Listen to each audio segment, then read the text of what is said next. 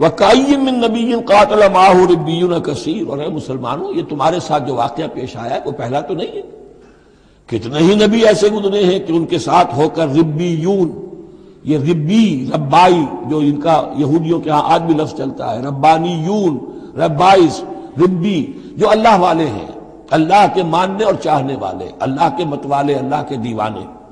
کأی من نبی، کتنے ہی نبی گزرے ہیں، قاتل معہ، ان کے ساتھ ہو کر جنگ کیا، ربیون نے، کثیر، اللہ والوں نے، اللہ کے غلاموں نے، اللہ کے عاشقوں نے۔ فما وہنوا لما اصابہم فی سبیل اللہ، تو اللہ کی راہ میں جو بھی تکلیفیں ان پر آئیں اس میں انہوں نے جی نہیں ہارا، وما ضعفوا، نہ انہوں نے کمزوری دکھائی، وما استکانوا، نہ ہمت ہاری، واللہ یحب الصابرین، اور اللہ تعالیٰ کو ایسے صابروں ہی سے محبت ہے۔ تو اے مسلمانوں ان کا کردار اپناؤ اور دل گرفتہ نہ ہو۔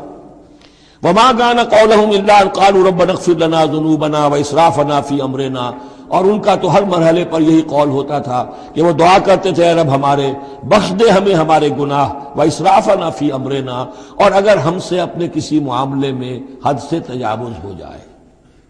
جیسے کچھ تجاوز ہو گیا حضور سے کہ آپ نے وہ الفاظ فرما دیے، کیف یہدی اللہ قوما خضبوا وجہ نبیہم بالدم، یا جیسے حضرت عمر سے ہو گیا کہ تلوار پھینک کر بیٹھ گئے۔ تو اللہ جو اسراف ہم سے ہو جائے، اسراف ہے کسی حد سے تجاوز کر جانا، جائز حد تک خرچ کرنا ٹھیک ہے،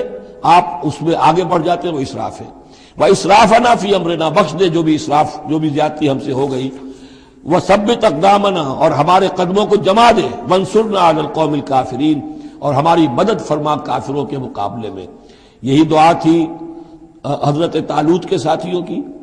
یہی دعا تھی جس پر ختم ہوئی وہ دعا کہ جو سورہ بقرہ کے اختتام پر آئی، فانصرنا علی الکافرین، وہی دعا یہاں بھی ہے۔ فآتاہم اللہ ثواب الدنیا وحسن ثواب الآخرہ، تو ان لوگوں کو اللہ تعالیٰ نے عطا فرمایا دنیا کا ثواب بھی، دنیا میں بھی سربلندی دی، فتوحات دی، وحسن ثواب الآخرہ، اور آخرت کے ثواب کا تو بہت ہی عمدہ حصہ ان کے لیے ہے۔ واللہ یحب المحسنین، اور اللہ تعالیٰ جو ہے ایسے محسنین کو پسند کرتا ہے۔